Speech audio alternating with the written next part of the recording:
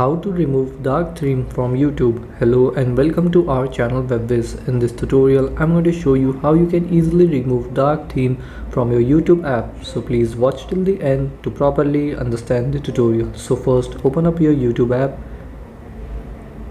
and then once you're on your YouTube app, tap on library here in the bottom right corner. And then once you're on your library, you have to tap on your profile picture here in the top right corner. And then here tap on settings.